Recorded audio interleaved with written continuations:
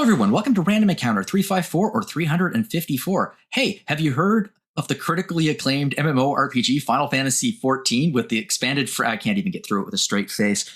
So if you haven't heard about it, Final Fantasy XIV is kind of a big deal here at RPGFan, especially among certain folks on the site.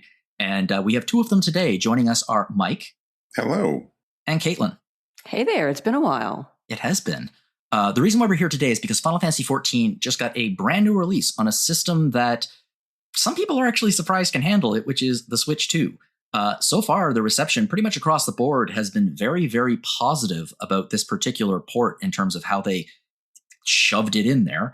And given that this new release has offered a brand new entry point to the game for many, many people, we thought we would focus an episode of Random Encounter just solidly on Final Fantasy XIV. Basically, the premise of this episode is Mike and Caitlin try to convince Jono to play Final Fantasy XIV.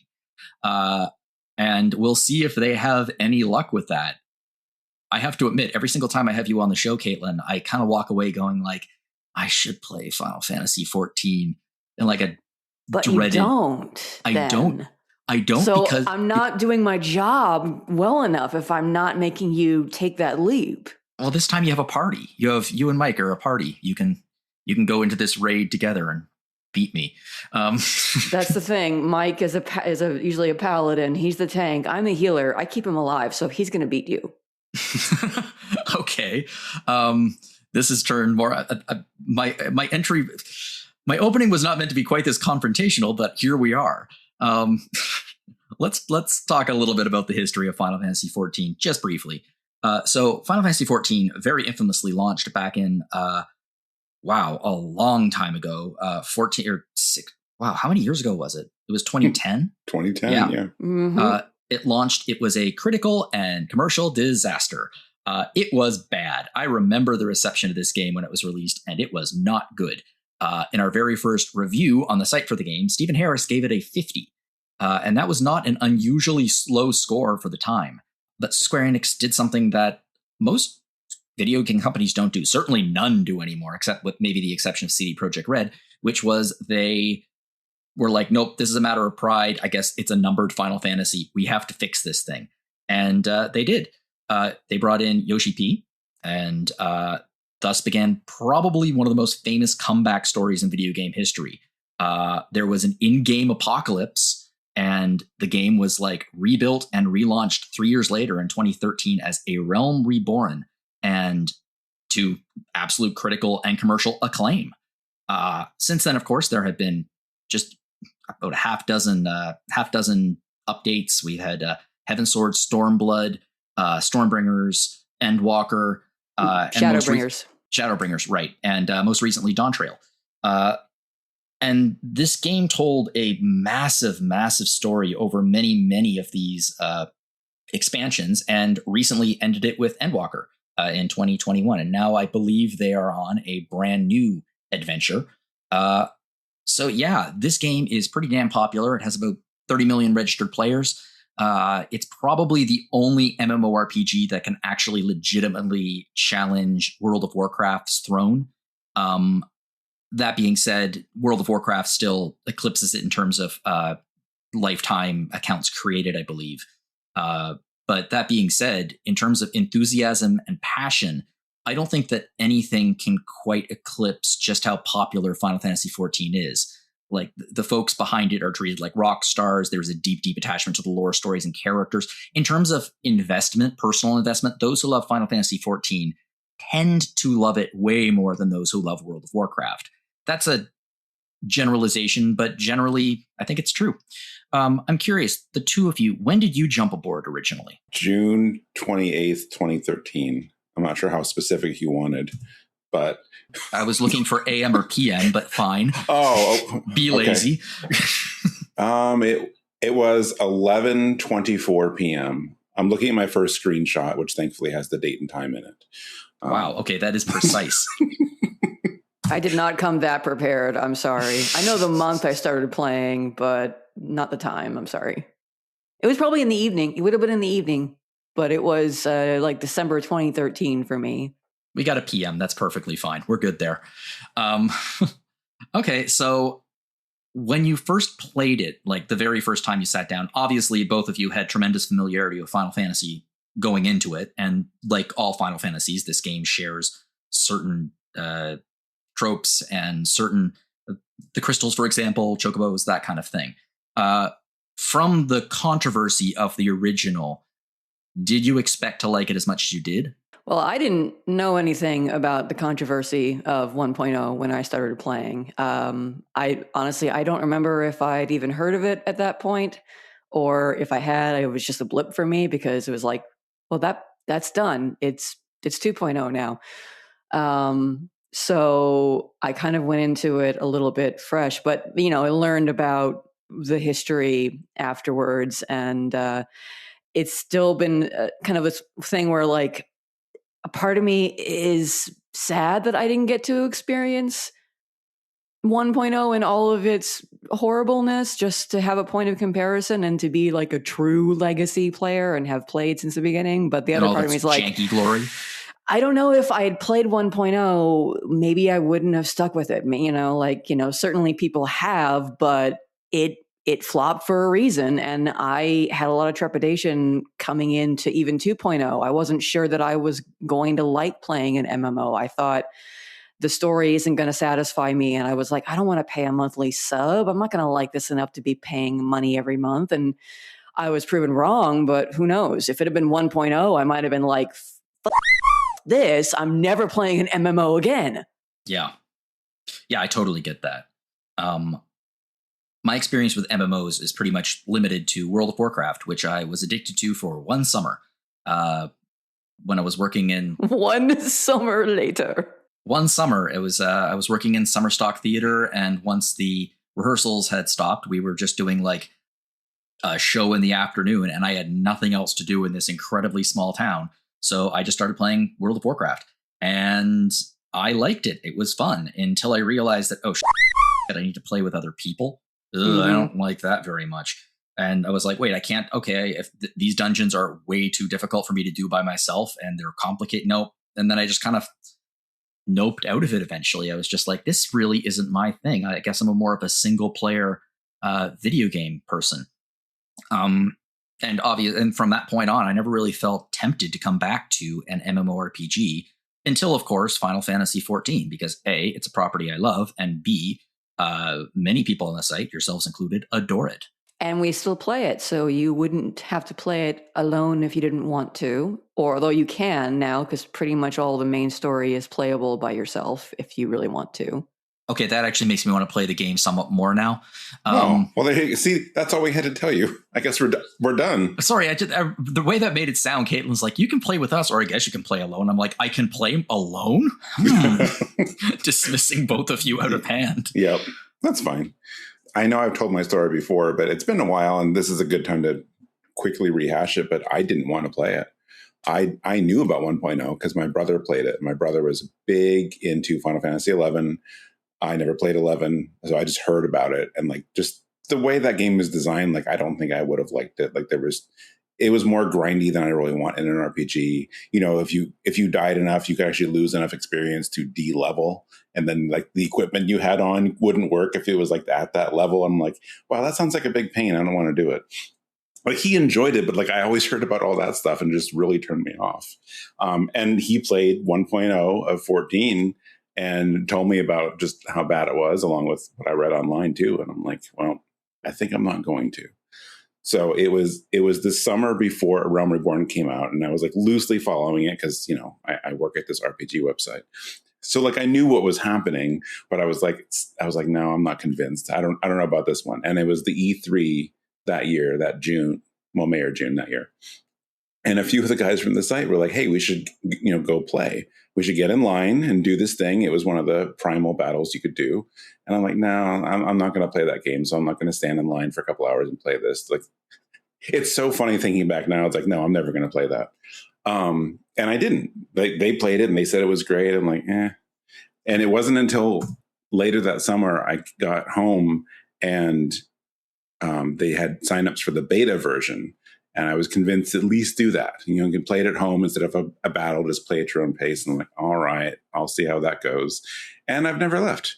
So It didn't actually launch until a few months later, but I was playing in the beta up until, I forgot how long the first beta ran, but it was like, we played until the servers like closed down prior to launch. And that was all the time I needed. I imagine it ran until they were like, okay, this is going to destroy our reputation this time. Yes. It was such a weird choice in retrospect because at the time, everyone was still going for the World of Warcraft crown. And Final Fantasy XI had just been released 8 years earlier, and to the best of my knowledge, was still going relatively strong at that point. So it's a very odd decision that, I guess, 3 numbered entries later, they decided to go back to create a brand new MMORPG while their old one was still running. It's an interesting decision, probably one that would not be made today. I'm glad they made it, personally, because it's time for my Final Fantasy XIV origin story. Final Fantasy XIV is the reason why I work at RPGFan. Yeah. There, I said it. I had some mutual friends with some staff members, but didn't know them at the time. Met playing Mass Effect 3 multiplayer, of all things. And one of them was really passionate about Final Fantasy XIV and kept telling me, you got to play, you love Final Fantasy, you'd love it. And I was very uncertain, had nothing to do, and knew nothing about 14 except it was an MMO. And I, other than my previously mentioned hangups of an MMO can't possibly have a good story and I don't want to pay a monthly sub, I was like, I don't know. But they talked me into it, and I eventually was like, okay, I'll download it. And I, didn't have a gaming PC at the time. All I had was my poor fat PS3. So that's where I started playing the game, was on PS3. Yes, I was that person, the person that you have to wait for like a minute after you get into an instance to load, because PS3 was very slow. And I was definitely overwhelmed at first because I had dipped my toes in a free online MMO called Silk Road Online on like my college computer at one point, and was so antisocial and freaked out about playing with other people that the second that somebody said hi to me in chat, I left the game. So I was nervous and I was overwhelmed, but it helped that I had friends who were playing and could play with me and explain things. And it helps that Final Fantasy XIV is designed to and runs very well with a controller. Thank God for that. And eventually met some fine RPG fan folks, including Mr. Salbato here. And that's how I eventually got to be first a guest host and then co-host on Rhythm Encounter way back in the old days. And the rest is history. So like Final Fantasy XIV literally is the reason why I work at this site and have for over a decade. So like, thank you, Yoshi P. That is an excellent origin story, both of your experience with Final Fantasy XIV and with your being here at all. Wow, I love that. I really love that, actually. Let's pivot very slightly, because the reason why we're here right now, we're not going to talk about it a ton, but we're going to be talking about the Switch 2 version of Final Fantasy XIV, because it just got released. And Caitlin, you mentioned that one of the strengths of the game is that it is playable with a controller. And I don't know if I could, I don't know if I was playing it, if I'd want to play it with a controller. I feel like I want keyboard and mouse, but the Switch 2 obviously doesn't have a keyboard. It sort of has a mouse. But Mike, you've been playing this for the last little while. I'm curious, how does it play on the Switch 2? Well, you actually can play with keyboard and mouse on the Switch 2. Really? Well, if you have a USB keyboard. I guess. I don't know if it has a Bluetooth keyboard. Maybe it does. The PlayStation cannot, which is still weird to me, but a wired USB works fine. I actually plugged it in just today, the keyboard, to check. I've been playing just controller so far. It plays well. Like I'm not a controller player on 14. I guess just because I used to play Warcraft, and for MMOs especially, like I'm just used to keyboard and mouse. I want to have as many icons and buttons on screen as I can handle. There's no wrong way to play, but everyone has their preference. But I thought this was at least a good time to test, trying out with a controller. So I've done it a little bit on some jobs because I'm not gonna. I haven't sat down and like remapped like all of my buttons for every job. So I just did a few, and yeah, I mean it plays great. Like it's so funny because as someone who used to play Warcraft, it never even occurred to me at the time that you could put something like this on anything but a PC, let alone play with a controller. And as far as I know, Warcraft doesn't have controller support. I mean, I haven't followed that game in a long time, but I don't know why. You would think by now that they would have wanted to add that or have console versions, but no. I mean, it works great. And if you want to, I'd have to confirm. I haven't plugged in a mouse yet. Of course, you have the Joy-Con mouse mode. I have used that, which is really handy, actually. There's just a couple weird things in the interface that are easier to move and adjust with the mouse, the chat log, and trying to do it you can technically do it on the touchscreen because it does have touchscreen support, but I couldn't get it to work. So I just used my Joy-Con as a mouse to resize that. But it works like anything else. It's just a seamless, like just put it down, resize it, and I was done. Went back to playing with the controller. So. Yeah, 14's interface is really friendly in that sense of being able to use both simultaneously. You have to choose one for how you control your character. Of course, you can't, or I don't think you'd want to use both to do that. But I've always played with the controller, even when I was playing on my PC. And you can use the keyboard and you can use the mouse instantaneously. There's no awkwardness like that, to the point where, like, even when I play on PS5 now, because my gaming PC is a dinosaur, and I still have a mouse, a USB mouse and keyboard perpetually connected to my PS5, so that if I need to chat or if I need to do some UI adjustments, which, as Mike mentioned, is technically doable without a mouse, but really awkward, and I would not wish that on anybody. So, like, having the mouse mode with the Joy-Cons is a nice bonus compared to the PlayStation and the Xbox versions, where you'd have to have an external, separate purchase, or if you have one lying around to use. But having it built in is really nice. I imagine that this being a Final Fantasy game and Final Fantasy always being a console first with controllers probably was one of the reasons why controller support was so important to them going into this, and why it's been supported very well for so many years. I just looked it up. World of Warcraft didn't get controller support until 2020. Oh, and it even did? then, okay. Even then, though, it was begrudging. It was bare bones to the extreme. Apparently, there are mods that you have to download in order to properly play the game now with a controller. So it is technically playable with the controller, but certainly not to the extent of Final Fantasy XIV. Yeah. Well, I mean, yeah, like you said, like that's the point. That's the difference. Like 14 was always designed to be on console and PC. So yeah. I mean, World of Warcraft so was 11. Based off. Yeah. World of Warcraft was founded on a series that was primarily on a PC, Warcraft. So it makes sense that would be their preferred input method at the time. The thought that I had when hearing this was going to be on the Switch 2 was that I've seen screenshots, and for lack of a better word, and I don't mean this in a derogatory way, there's a lot of crap on the screen. Yes. I've seen in screenshot. There's a lot of stuff on the screen. And I just recently got a Switch 2, and looking at it, the screen it's a big screen. It's not that big. What's it like playing in handheld?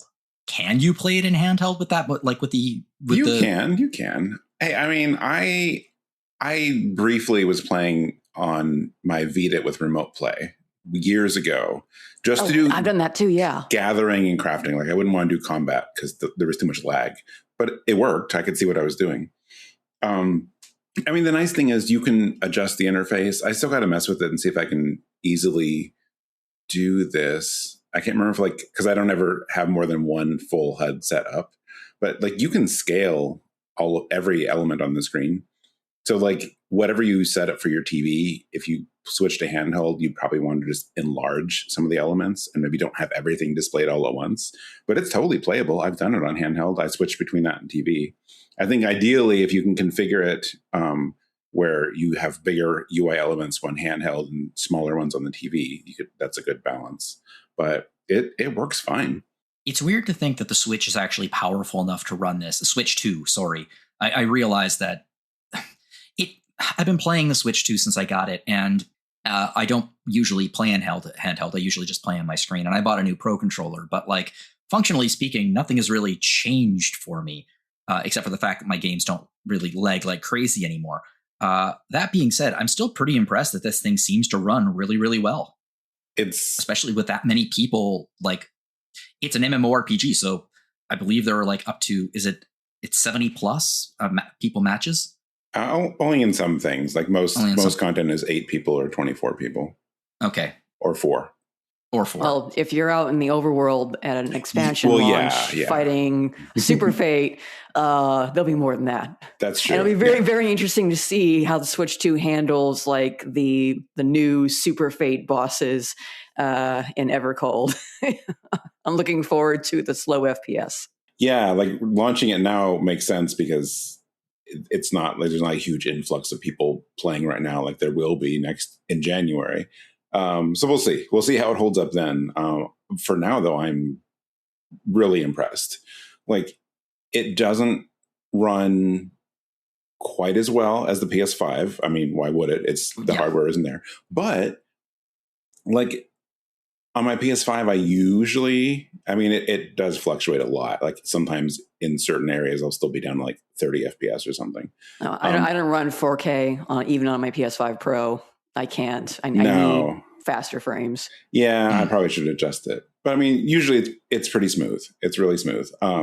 So it doesn't hit the frame rates of the PS5. I don't know if it's capped at anything because you can't see that on the console. But it runs well. I actually have some places I play on PS5 where like it runs well, but sometimes I'll get like a little hiccup here and there. Which weirdly I don't get on the Switch too, but maybe that's also because my PS5. I'd have to look. I can't remember if I'm set to 4K or not. But so it might be a lower frame rate, but it stays smooth. I haven't had any hiccups. I was really surprised because the last place I logged out before I logged in on the Switch 2 was one of the forest areas in Dawn Trail. And I'm like, well, this is the place to test it because they have the most dense anything, like the trees. I mean, as they've gradually raised the system requirements over the years, every expansion, if you want the place with the most stuff on the screen, go to one of the forests. And I was like, oh, I'm going to have problems here. And I've had none. Like one of the things I've done in the last few weeks while I've been playing is just leveling up my Pictomancer because it was in the 90s. So I'm only playing in Dawn Trail zones. And one of the best places to level, at least if you don't want to run dungeons, is in one of these forests. So like I'm doing all these quests here, I'm flying around, and it's like no issues at all. The fact that it runs in that area as well as it does is one of the biggest surprises to me, and I'm really happy about that. The last thing I'll ask before we pivot into, like, obviously it's still Final Fantasy XIV, so I want to talk about the game itself. But the last thing I wanted to ask specifically about the Switch 2 version is that you don't need a Nintendo Switch Online membership to play, but there is apparently a separate subscription fee and coin system. That feels weird. Yeah, it's weird. That's weird. I know we won't ever really get the answer to this, but the way they introduced it, I could tell Yoshi P did not want to introduce that fact. Yes. Which is why he got the CEO of Square to come up and do it instead. My take, and I don't know if this is true, I'm just based on that presentation, the way they talked about it, it sounds like it was they had to make some kind of concession to Nintendo. That's exactly what I was thinking. This has to be the condition that Nintendo made for it being on the platform. They probably were like, we want a cut of the sub profits. And unless you have a separate sub and unless you require people to pay for that sub effectively through our marketplace, we don't get anything. And I mean, like, Sony's been fine with that. It's kind of surprising that Sony never cared about it. Or they did, but they didn't care enough. But yeah, Yeah. It's just it's so weird because like for context, for everybody else playing the game on other platforms, with the slight exception of the Steam version, if you're weird and want to also play the Windows version, you only need one sub. I have a single sub. I've only ever had one sub, and I have licenses on PS5 and PS4 and PC. You don't have to pay any other fees, but you need to pay a Switch 2 specific sub to play this game on Switch 2. And you also have to pay for it in a weird way. You have to buy coins from the Nintendo eShop, log into the game on your Switch 2 so that they register to your Square Enix account, and then you can go to Mog Station, where the rest of us go to pay for our subs. And I presume those coins are currency that you can then apply for game time or whatever. I don't know if we know for sure yet, because right now everyone's on their free time after the launch. But it's just kind of weird. Like if Square Enix really thought that they could get away with that and they wanted to, they would have done it a long time ago. They would have done it with the Xbox launch. The fact that they only are doing it now and making you jump through the Nintendo eShop to do it kind of feels like Nintendo insisted, and they were like, okay, fine. Yeah, I think from everything you've said and everything I've read, the word convoluted comes to mind. It's just a very weird decision that is clearly being imposed as a condition of you can be on our system, but only if you do this. Probably the same reason why we'll never see this on like an iPad. Yeah, but at least you don't have to have Nintendo Online. There are online services to play this. So I think that was the thing. It's like, okay, we'll let you. I assume Nintendo was like, well, we'll let you do this. You can play online, and they don't need to have our subscription, but they got to pay something. Yeah, that was the workaround. Yeah. And they did throw a bone, and like if you already have a sub, then this one is half off. So I mean, assuming we're talking like the standard sub, that's like $7.50 that you save. So it's not nothing. And if you've never played the game before, and this is where you're going to play it, that doesn't, aside from having to go through the eShop to do it, that doesn't affect you. You're just paying one sub, unless you then decide to join the rest of us on non-Switch systems. And then you're in the same boat. Yeah. And as I understand it, just me saying the meme from the top of the episode, if you want to just start playing, you can. It's free. Is that still the case? Yeah. You can play all the way up through Shadowbringers now. Yeah. I think it's level 80, is it? Mm-hmm. Mm-hmm. I mean, that's a lot of content. Honestly, if you get to and through Shadowbringers and don't like it enough to pay for it, then you're never going to. So I think that's fine. Like, I know they like extending the trial every few years, but I'm like, I don't know they need to after that. If you're not sold after like 4 expansions, then you probably won't be, and that's okay. But it's a very, very generous free window. Yeah, and it's probably one of the reasons why this game does have such a passionate following. First off, it's a great memeable thing to say, but second off, that shows a real care about their players, and it's very generous. In fact, it's ridiculously generous. It's rare to see a company that would be this generous with just about anything, I think, at this point. Okay, let's imagine, forget about the platform. Let's imagine that actually the platform I'd be playing on a PC. There's no chance in hell I'd play with this as a controller. But let's assume that I have lost my mind and I've decided, I downloaded it on Steam and I say, I'm going to start Final Fantasy XIV. I log in and I think I would feel instantly overwhelmed by the sheer amount of stuff that is available to do here. I know that both of you have played the game for years and years, so you might not be quite as familiar as you used to be for entry points. But what would I face right off the bat? Well, it's not as overwhelming as you might think. You don't log in and have access to everything. You start off choosing basically what class you would like to start as, which decides which city you start in. I mean, you make your character, obviously, and you're playing that class. I don't know that this has changed, but like I don't think you technically have access to other classes until at least level 10 or 15, but maybe that's different now. So like you are playing whatever you choose up front. It's not like as soon as you get in, you can switch to anything else or go everywhere. So it's a little guided. They tell you what's what. There's a lot of, I think their in-game help has gotten pretty good over the years. Like when new mechanics or anything shows up, a little thing will pop up and tell you like, hey, this is what this means. Yeah, and they've overhauled the novice, the halls of the novice for like people who want to learn more about how to play the game. It's still not perfect, but it's a lot better than it used to be. So you can actually kind of, use that as a bit of a tutorial if you want. Although playing through the main story quests and doing the tasks they set you and, the early dungeons is also plenty of tutorial for how to play the game. Yeah. I learned by doing.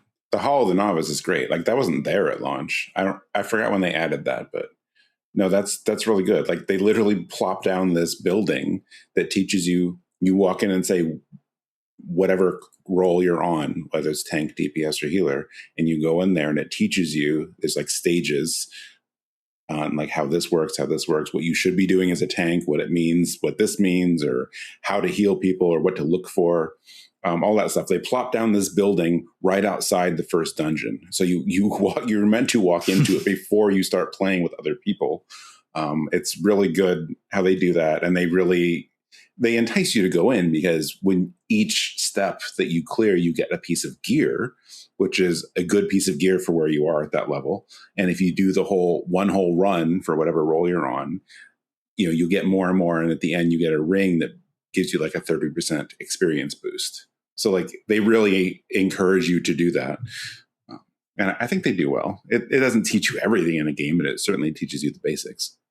That's what I've heard is that they do tend to, especially for the, I guess, earlier content.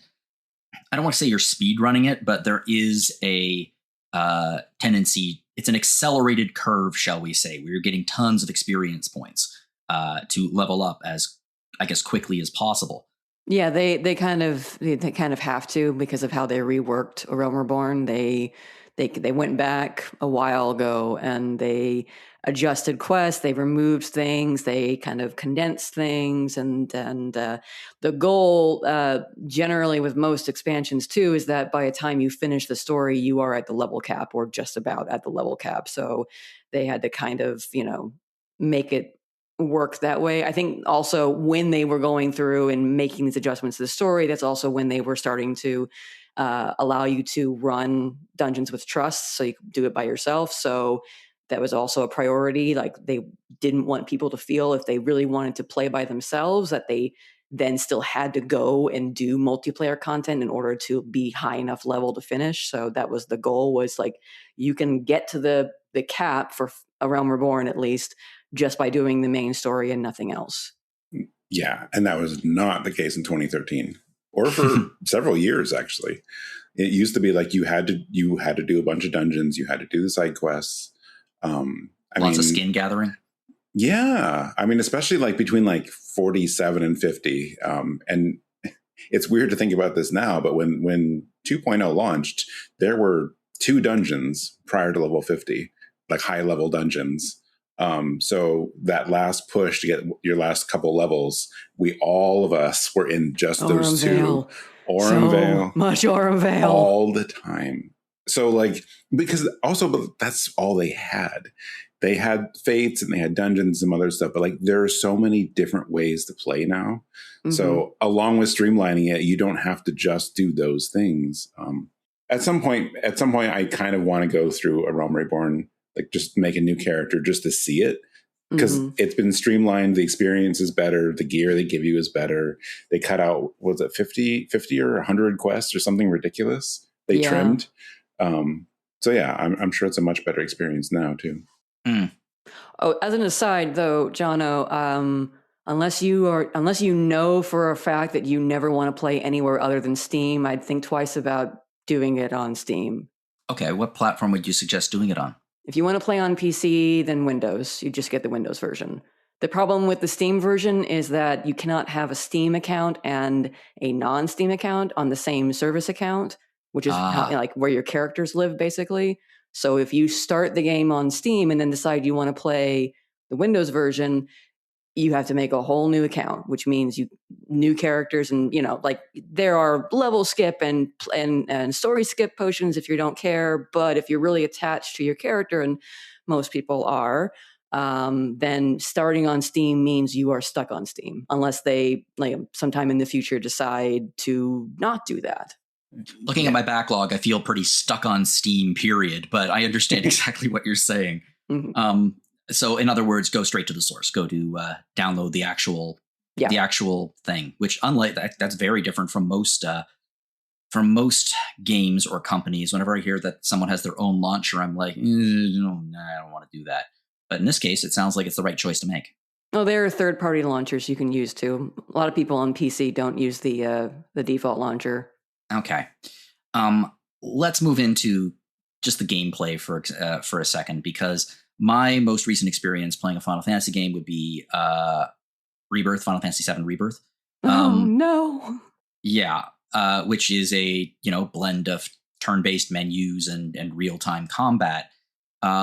What is the combat like in this game?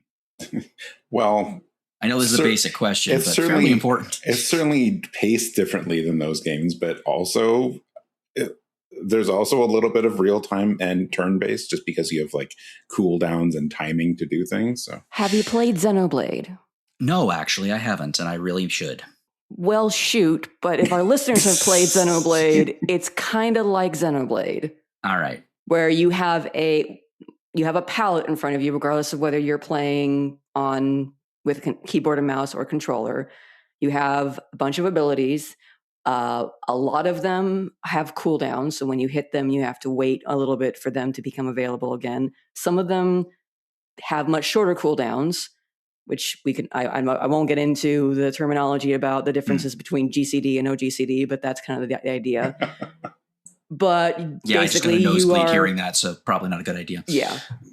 Basically, you're hitting buttons as they come off cooldowns. There's a bunch of different, there are chains you can do or combos that you can do. There are different abilities that have different uses, whether you're playing as a DPS and they, give you a special buff that maximizes your damage, or your tank and they let you block attacks or heal yourself, or healers where they can shield people.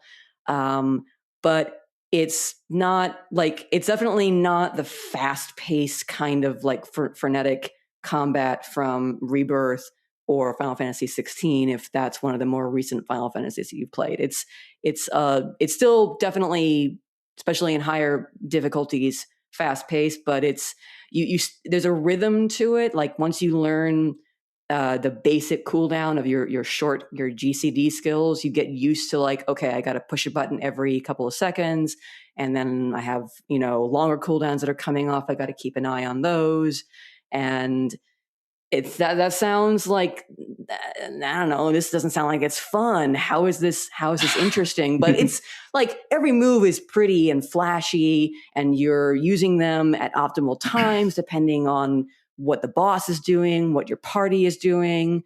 And I'm not going to sit here and say that it's engaging for everybody, but if it's something that you can zen with, it gets to the point where it's a lot of fun, just doing that basic combo, doing that basic rotation, but then learning boss moves and learning, okay, I got to move here, I got to do this, there are mechanics I have to do. Or, if you're just doing dungeons, I'm just going to go in dungeon, I'm going to heal a tank. If he takes damage, push a button, heal him. Okay, move on. To be fair, Caitlin, when you describe pretty much any combat system in any video game without actually seeing it in practice, it does sound pretty boring, especially if it involves anything involving menus. So I've watched some footage online of the game and it being played, and yeah, it doesn't look boring at all. It looks rather, well, I would dare say fun. It is. It is very fun. The thing that I'd like to know most, without any spoilers, thank you, and the thing that really has me wanting to play the game is multiple people, multiple outlets have said that this might be one of the greatest Final Fantasy stories ever told, and maybe one of the best stories in video games ever told, period. That is very interesting to me. Would you two agree with this assessment? Yep. 100%. Yeah, I had a feeling that I was going to get a receptive audience for that one. Yeah, it's not even a question. Yeah, I imagine it starts out, it's a self-insert character, so I imagine it starts out fairly benign, where you are just like, I don't know, a person in the world, and then everything takes off from there. Yeah. I mean, that's basically any RPG, especially if you start in a small town. That's true. No, that was the biggest thing that got me to say, well, I'm going to stick with this one instead of World of Warcraft, because like there's story in World of Warcraft. I think from what I've seen that they've gotten better about it, but at the time, like all the story was just told through like, little quests, dialogue windows and stuff. And like, there weren't like cutscenes and stuff. And you didn't really spend a lot of time with the characters. It was mostly just you, and you play with other people. But like, I didn't feel like your character ever had relationships with other people, other characters in the world, really. They were just kind of there. But I want that. Like, that's what I'm used to in most of the RPGs that I love, is I have this party, I have these people I go out and adventure with. And that is, for me, that was the key difference here, is that this has that. And for you, like, if we can convince you to play, you don't get that right away. You get the characters in the story in A Realm Reborn, but it was when they got to Heavensward is when they started changing the way the game worked, where like you were actually going along the story with these characters, and you'd be going to events and everything with some of these people that you've grown to know, and they adventure with you like a party, like a classic RPG. And like Caitlin's brought up a few times, now that you can do dungeons and stuff that you used to have to do with other people, you do it with NPCs, but they're really smart about what they do, because depending on which dungeon you're doing, like where you are in the story, like which story characters you're there with are usually the ones you do the dungeon with, and they have dialogue and stuff in the dungeon. So there's some early dungeons where you just play with generic other adventurers, but doing those with the story characters is really, really cool. I mean, it really changes how the dungeons work. Like when I do new dungeons now in like new expansions, current stuff, the first time I always do it with those characters, because like I want to see it with them and hear the dialogue and everything they say. It's also a really easy way to learn dungeons without the pressure of other people expecting you to already know how everything works. Oh yeah, I mean, especially if you play tank like I used to. I mostly play dancer now, but like I got to the point where like I didn't want to. If I wasn't playing on like day one on everything, I'd be in there as a tank, and I'd be like, okay, I'm gonna go through here and learn this, and they'd be like, what are you doing? It's like, well, It's like, no, pull everything, do this. I'm like, okay, I've literally never been in here before. So like I do it the first time with the other characters now and get a sense of what's what. So yeah, it helps a lot. Yeah. And I'll of course, 100, 1,000, 1 million, 1 Googleplex% echo everything that Mike said about the story. Because like I said, back when I was giving my origin story, that was the thing I was like, I wasn't convinced that it was going to have a good story. Everything that I had ever heard or experienced about MMOs was that it was more about multiplayer and playing with people. And that was the focus, and story takes a backseat. And that's just not the case with Final Fantasy XIV, which is not to say that the story overshadows gameplay, because there's lots of gameplay too. But like, this is an MMO where it's very clear that it was a priority for them to have the story meet or exceed that quality that people have come to expect from the single player games in the series, to the point where, it on the one hand, maybe it's unfair to compare, an MMO with, half a dozen expansions to single player games, but I would rank 14 like definitely in my top 3, possibly, depending on the mood I'm in. Like right now, my mood about Rebirth is not very good, so maybe I'll think better of it when I finish it. But 14 would definitely be in my top 3, and in a lot of cases probably my number 1 Final Fantasy from a story perspective. I felt that way definitely when I got to Heavensward, because Heavensward was my favorite part of the story when I got there. And then I felt that way again when I got to Shadowbringers, because Shadowbringers is probably still overall the GOAT as far as I'm concerned. And then Endwalker was pretty freaking damn close. And Stormblood and Dawntrail and A Realm Reborn have their issues. They're not quite as peak, but they're still, even when they're not peak, they are still good stories, and you still develop relationships with the world and the characters and your own character. For a self-insert character who doesn't, you have no voice beyond random grunts and shouts in battle, no voice dialogue, that is. They've been a lot better about giving you dialogue choices at key moments in the story now. So you kind of feel like you actually have a voice in the game. But a self-insert character, I'm a cat girl. I have purple hair, or pink purple hair in the game. And my, normally that would just be like a vehicle for me to really, experience the characters that are voiced, the main, the scions and whatnot. But whether it's because of what they've done with the story work and integrating the Warrior of Light alongside the rest of the party and the world, or maybe simply the virtue of I've been playing this game for almost 13 years. My character feels as real to me, as important to me as any proper main character in a Final Fantasy. And I think that's really saying something. It's like the magic that they've been able to do with this game. So even if you aren't sold on the MMO side of things, I think 14 deserves to be experienced for its story and music, if nothing else. I was about to pivot into the music, actually, although I just wanted to say we have the potential here to turn this into a mutual teeth grinding session about the ending of Rebirth, but I'm not there yet. I'm in chapter 12.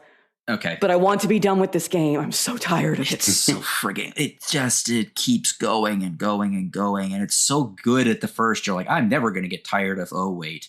Anyway. Before we move to music, this is for you or any potential new people. My one disclaimer on everything we just said about the story, you're going to hear what we just said to you while you're playing A Realm Reborn and be like, where is it? And it's not there yet.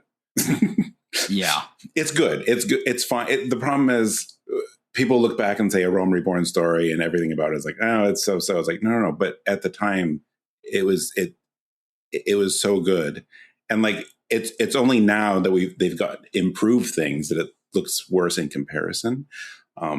But I will at least say, at least try it out. If you're not totally sure yet, you at least get to Heavensward.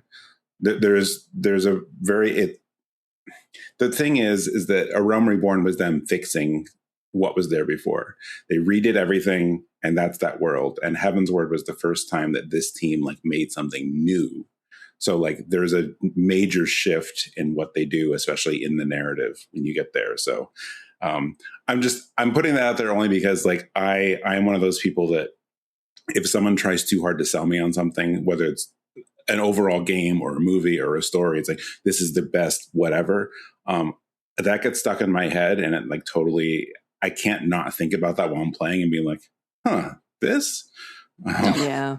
So I try not to overly sell people on things, but in this case, it is there, but you won't see it right away. No, I totally be that. It's a foundation, as I understand it. Yeah. It's literally a foundation in terms of all the expansions and in terms of the story. And I'm also, I don't know, there's the old thing, I'm just pulling an example out of my hat. It's when people are like, Buffy is one of the greatest television shows of all time, but you got to get through the first season. And it's okay, I guess that's a pretty big time commitment to ask to get to the good stuff. But if the good stuff is really that good in this game, then it probably is going to be worth it. Well, for what it's worth, the first season of Buffy is only 12 episodes. So it's, True. It's not as much as you think. True. Look, I've seen it a few times. I have no problem with the first season of Buffy, but some people do. It's one of my favorite shows, and I do too. Usually if I'm telling someone new to watch, I'm if they're not sure or not, I'll be just watch the first episode and watch the last episode of season 1, and then go on. Yeah. Watch the episode where Xander got syphilis. Otherwise, there's going to be a running in joke that's not going to make sense. Anyway, pivoting back to Final Fantasy XIV, and specifically the music. Yeah, the music is generally considered to be astonishingly good and one of the strongest parts of Final Fantasy XIV. I've heard some of the songs. They're great. I guess my question is, music in Final Fantasy, and I mean, both of you have hosted Rhythm Encounter. You know the power of music, and you know, as powerful as music can be in isolation, just listening to a song, when the music is put into the proper context and events are happening around it, it can become infinitely more powerful. And as I understand it, this game is a prime example of that fact. Yes. I mean, I hear everything the first time in game, so I can never honestly say how a song is out of context, like heard, because I always hear the context first, and I do that on purpose. I would think like a lot of the like really like inspirational songs and like really like big moment themes and all that would probably work either way.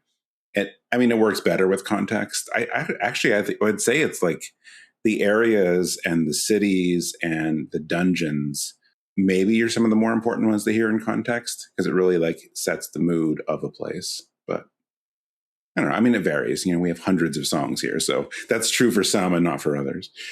Yeah, the soundtrack is just expansive, is putting it mildly.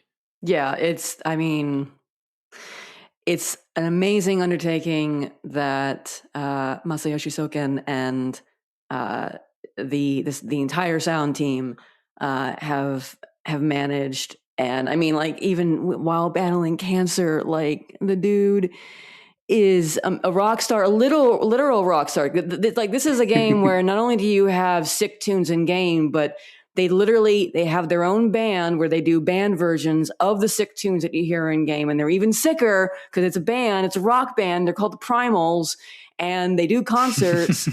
And it's, you know, I've seen music videos when we had COVID and they did the virtual fan fest, and everyone got to see the concerts without having to pay, which was really nice.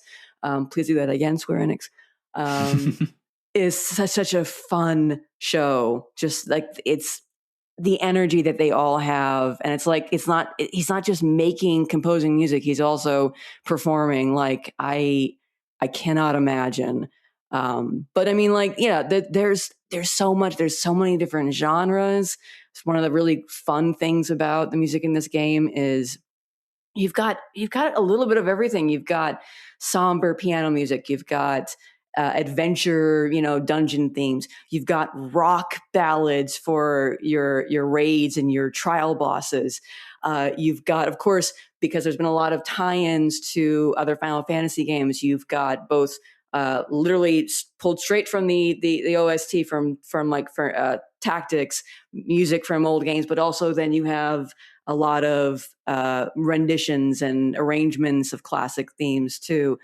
And it's all very well done, and there's always an underlying theme throughout every expansion. Like, there's a main theme that gets used in lots of different places, and usually a vocal version of that as well.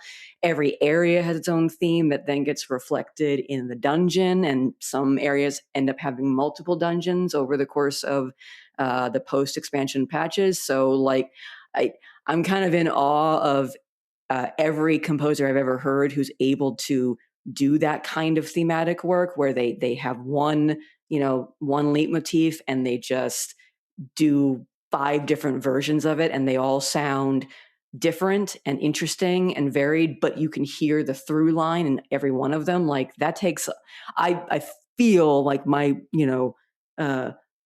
personal opinion is that takes a lot of work, because it's hard for me to come up with just one like little theme in my head, let alone a gazillion different themes and have them all sort of be tied in together. But this is something that Soken is really good at.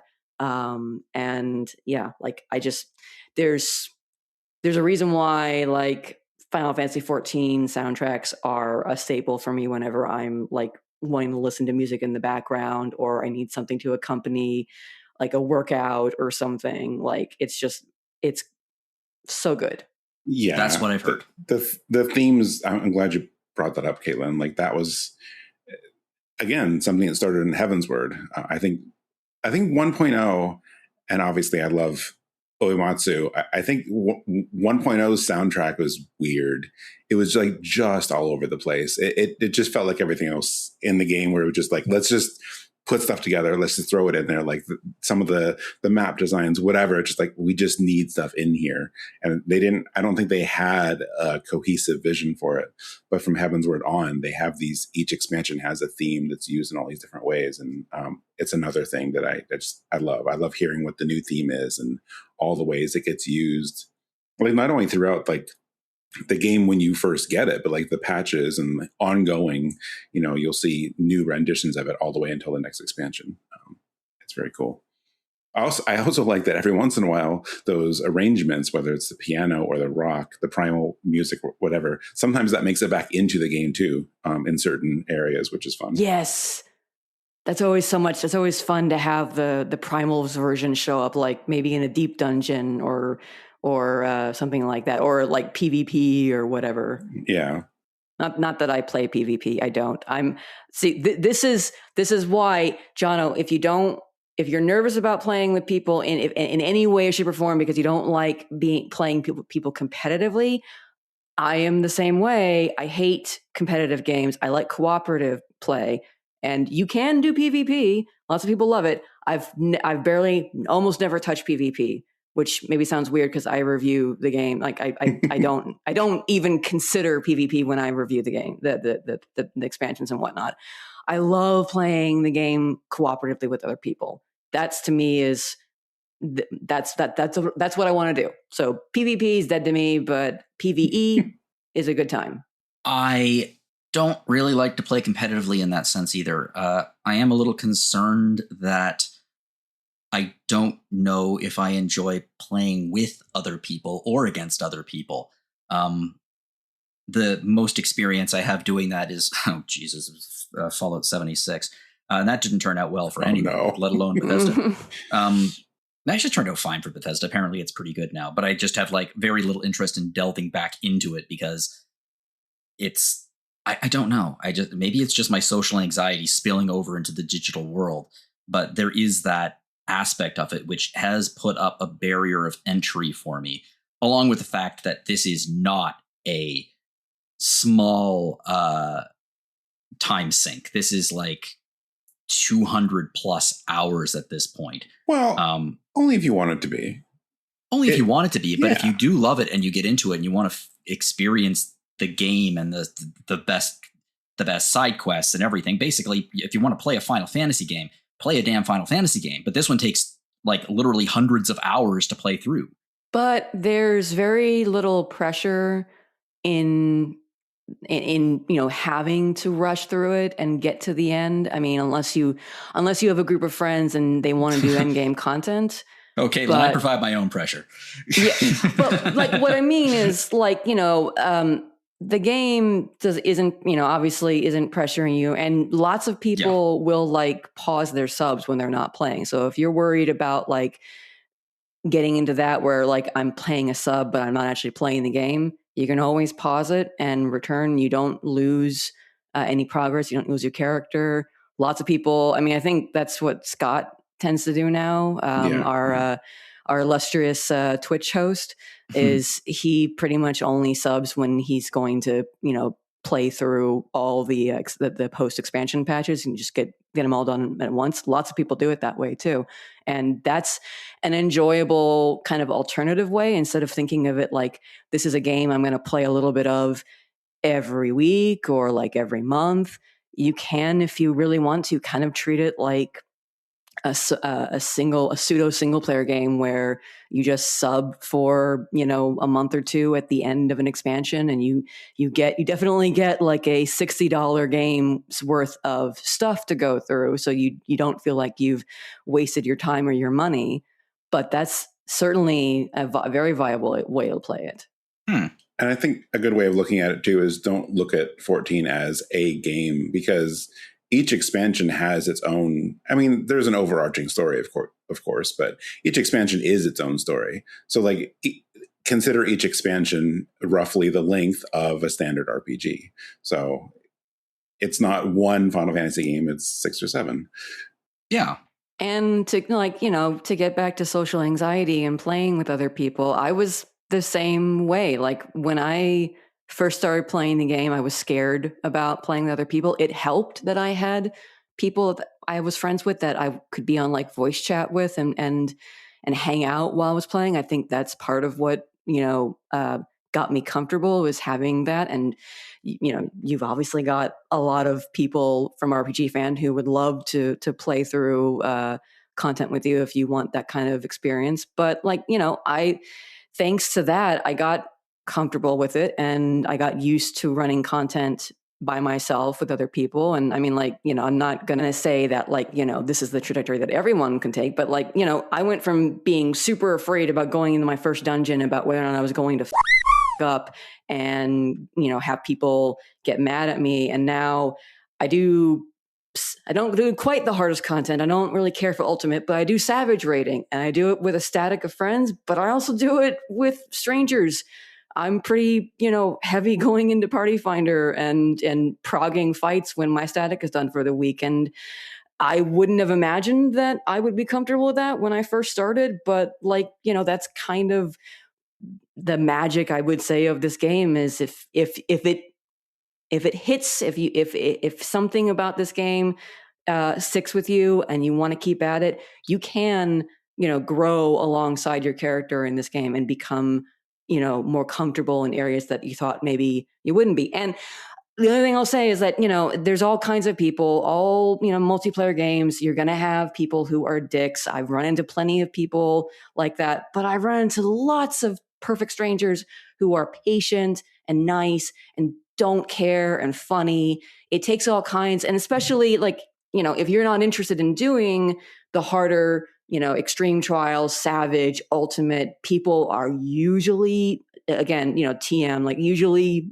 being, the operative word, chill and don't mind if you screw up. I've seen all sorts of different players and it doesn't bother me. And most of the time it doesn't bother other people. So I know it's like Mike was saying, maybe I'm trying to sell a little too hard, and ultimately it's up to you and what you're comfortable with. But you do have that free trial that lets you play through the award-winning expansions.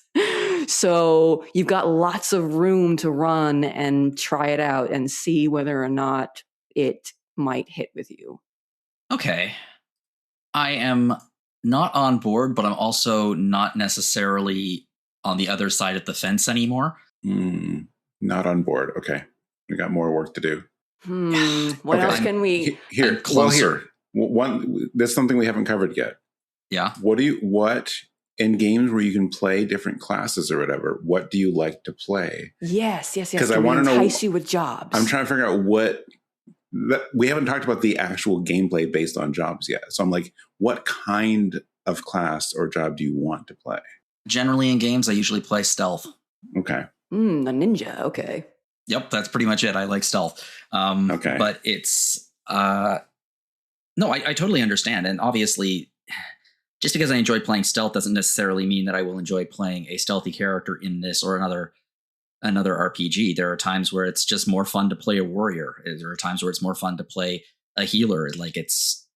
This game specifically seems to offer such a variety of different play styles that you could play through it, countless times and get very different experiences. Yeah. At least from combat. And it's another, and again, sorry, anyone listening if this is out of date and it's different now, but it's another thing for me that sold me on this over Warcraft, because Warcraft had a bunch of really cool classes, but once you picked it, you were stuck that. If you wanted to play another one, you'd make a new character. And I did that a few times to try out different things. And I'm like, wow, this is exhausting going through all this again. But you don't do that in this one. You just have your character and you can change jobs whenever you want. Which I think is a big selling point for me, which is why I've tried most of them, because it's easy to do. Yep, same here. I have all of my jobs leveled to 100. Even jobs I don't play, really. I just kind of wanted to have the achievement of doing that and running content on them and kind of seeing how different jobs work. And I am a healer main, never not going to be a healer main. I am the last job I will ever play as a melee DPS. Don't want to do that, but caster DPS and fizz range I like. Tank I'm kind of on the fence about, where like I am getting more and more comfortable playing tank, but still kind of nervous to do harder content with it. But like I love running tank in the overworld for Fates because you always get full credit, which is nice. Yeah. And also soloing content is really, especially like on Warrior, is really easy. Oh yeah, Warrior, one of the game's better healers. Yes. It's green tank. Okay, I'm going to pivot to our discussion question now, which again has to do with Final Fantasy XIV, sort of. It doesn't look like this game is going anywhere anytime soon, and weirdly, again, apparently neither is Final Fantasy XI. At this point, 11 is 24 years old, I think I mentioned, but certainly 11 has given way to 14. 14 is, when you think of Final Fantasy MMORPG, it's 14 because of the constant updates, the new content, everything. Do either of you believe that Final Fantasy XIV will eventually give way to a new MMORPG based on Final Fantasy, or I guess from another Square Enix property? Or do you think it'll basically continue forever being a relative term, constantly seeing technical updates and new content, and basically over time becoming a completely new game? I think all things come to an end, and I think that will likely happen at some point. But given Final Fantasy XI's track record, it's clearly not going to be for a very, very long time, which in the average gamer perception of time might as well be forever. And even if when we get to that point, because I think definitely there will be a point at which they have reached the end of, we don't have more expansions, we don't have new story arcs, because that's what basically is going on with 11. 11 still runs, but they're not doing new expansions in Final Fantasy 11. So I think that's likely, and 14 has been such a success commercially and among the player base that it would seem to me it'd be really stupid if they got to the last expansion and then said, okay, we're shutting down the servers forever. Goodbye, Warriors of Light. But I also, the fact that we have two Final Fantasy XIV expansions, two Final Fantasy expansions, like they didn't just do 11 and said, we'll keep the servers up on 11 forever. We don't need another MMO. Makes me think that, combined with 14's success, that if I were Square Enix, I'd be looking at that and saying, well, if we get to the point where 14 is long enough in the tooth, maybe it's time to talk about a new Final Fantasy MMO.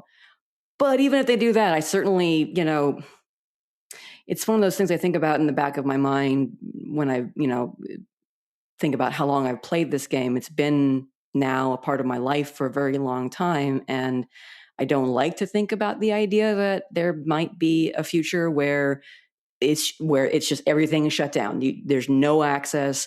It's just dead.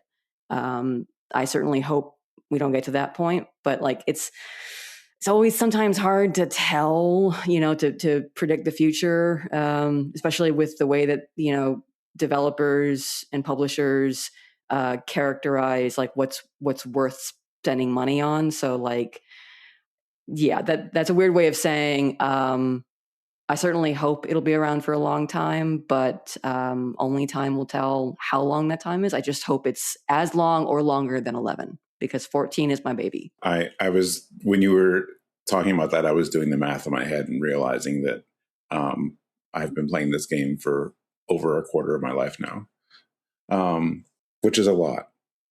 It's easy to be like, oh, yes, well, I played Final Fantasy VI, X number of years ago. But it's yes, but I'm still playing this one. I think one day they might do another one, but it's so hard to predict when that would be. You look back at the first Final Fantasy games, and like they came out like a year apart, and then like a few years here, a few years there, and like game development now is like it's so long between sequels now for Final Fantasy especially, but anything like it, things just stuff like this just have a longer shelf life. You know, I don't know exactly what the thought was when 14 launched. I figured, you know, Final Fantasy XI was designed to play on PCs, but also the PlayStation 2. Mm-hmm. So I imagine part of it was like, well, they've never really gone through like and like upended everything about 11 to like make it. I mean, it still looks more or less like it used to a long time ago. Mm-hmm. So I think maybe the idea with 14 was like get something with a new engine, which of course, you know, they tried to make it on an engine where you had like flower pots made of 1 million polygons, and that was not the right thing to focus on. But, you know, they have such a good foundation with it now that until we start seeing them like, you know, losing players, like I don't know. I think it's going to last a while, and they've proven that like they will go in there and like really dig in and revamp things. They'll revamp a job or how it plays if people aren't feeling it or whatever. And, you know, with Evercold, they're introducing a completely new style of combat for every single job in the game, which for now you can switch between the current one and the new one. But I think it's clear that eventually it will just be the new method, which is like more streamlined, easier to access. And I think one of the reasons they're doing that is to like get more people into and keep interest in the game. And I mean, when they're willing to do stuff like that, and especially how they're revamping how you get gear and everything else in Evercold, like when you look at what the game is going to look like next year versus how it looked in 2013, in a lot of ways, it almost is a new game. So I don't know, like why do Final Fantasy, you know, 17, 18 as an MMO when if you still have this and people are still playing this and you can just keep revitalizing this one? Counterpoint, we take all those unnecessary polygons from the flower pot in 1.0 and we put them into the grapes from Endwalker. And we make them really high polygon grapes. That makes them extra delicious looking. They better. They've got so many polygons in them. But you know, if that whole thing hadn't happened, we wouldn't have that grape lamppost. Yes. Which I have several up in my house in the game. I think my opinion coming at it from the outside is that I don't think 14 is going anywhere anytime soon for two reasons. I think that 11 will. I think that at some point they're going to just say, okay, we're there's been a real good run, but we're shutting her down and turning off the lights. And they will face a ridiculous amount of criticism for it. It will get a lot of bad press, but I think they'll bite that bullet. That would give Final Fantasy XIV a lot more years. It's a lot more beloved. More people play it, so it's not going anywhere. I don't think they're going to do a new MMORPG based on Final Fantasy. Not for a long, long time, especially not with the current climate of failure, shall we say, in the multiplayer sphere over the last couple of years. I think the failure of Final Fantasy XIV 1.0 is something that they will not forget. And because of that, I think they'll just keep going with this as long as they can, because they have something that people adore, something that's loved, something that is celebrated online, something that has an insanely passionate fan base that will not go anywhere. And I think that is something that they would not likely want to give up. And I think that it gives Square Enix a lot more than it costs them. Maybe not in terms of money. I have no idea, but I'm assuming this thing has to make a profit at this point. But Oh yeah. But like, even if it stops making as big a profit, it's still going to give them a lot of engagement and passion, and I think it's worth the cost. So I don't think it's going anywhere anytime soon. I could see them. I don't know what it would be, what property. Like I could see them at some point maybe doing another MMO. I don't know what it would be. Jono, I know you want them to bring back Foam Stars as an MMO. I don't know that it's going to be that. I mean, it depends on what market they were to be looking at. If they were looking at the American market, it's very different than what they would put on for the Japanese market. I mean, I hate it, but I could see Saga becoming a pretty good foundation for a MMORPG. I could see. I mean, they have a Dragon Quest. Like it's obviously never going to come out here, but that's still going. Yeah. I mean, I wouldn't be surprised if they did another Dragon Quest, to be honest, like very similar to 11 and 14.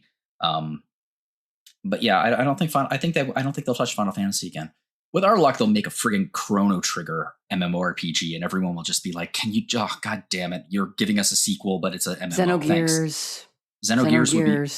Xenogears would work. Yeah. I mean, it's not like they don't have a lot of properties they could play with. I know certain people on our Discord who would be super pissed because they'd see the headline and be like, "Oh no, the Xenogears remake is happening, you guys. Oh my God." And then it's an MMO or it's a mobile game and they're like, "Fuck." And yes, I understand you're going to have to chocobo walk that long ass but you go for it. Oh, Caitlin, when you're on the show, I always bring out a bunch of extra chocobos for you. There's just a herd sitting next to me right now.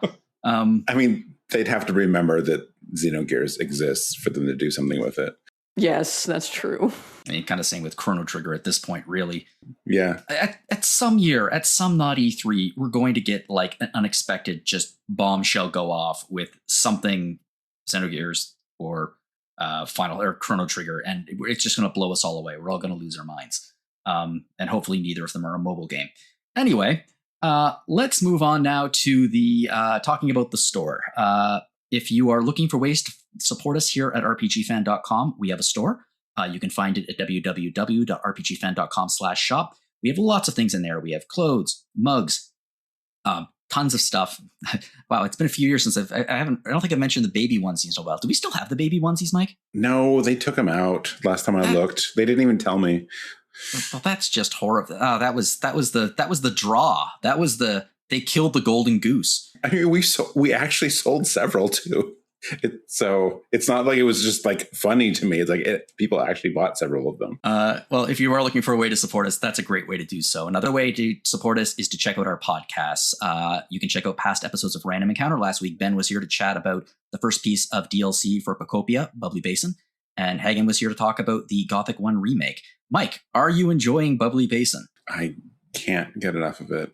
Like Pocopia just in general, like is one of my favorite games this year.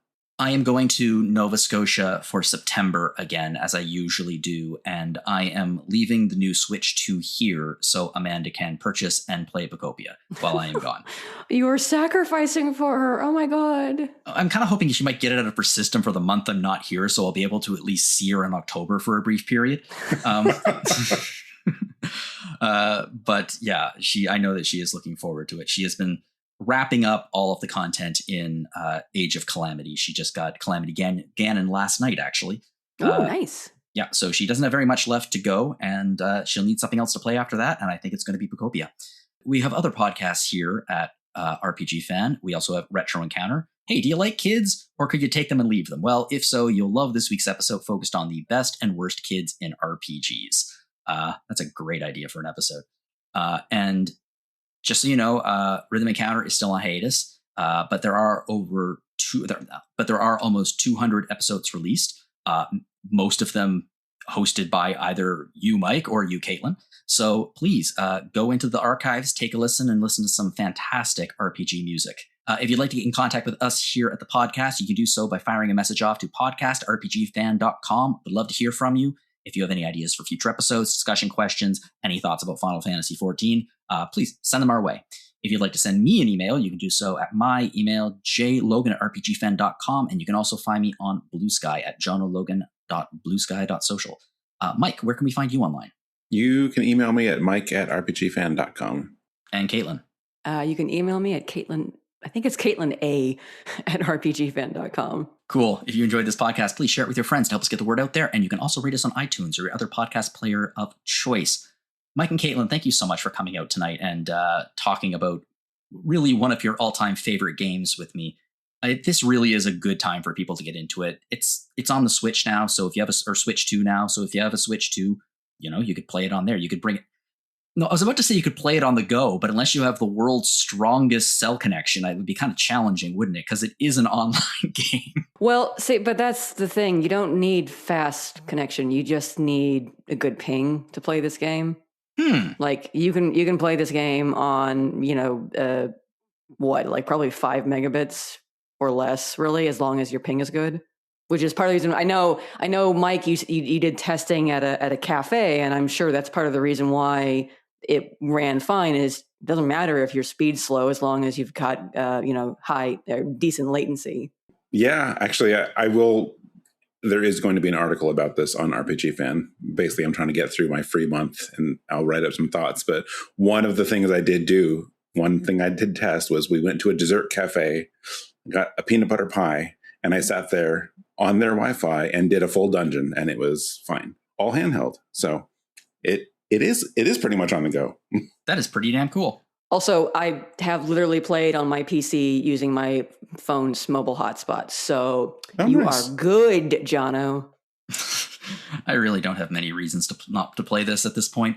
Another one is there's a Tonberry behind you holding a chef's knife, and he's ready to, he's ready to extend the grudge if you don't play it. I was worried you're going to say he's ready to doink you, but that means something very different depending on your context. Wow, that was actually going to change my thing, which I was going to say, well, that's just Amanda. She's always behind me. But thanks to that, Mike, that's...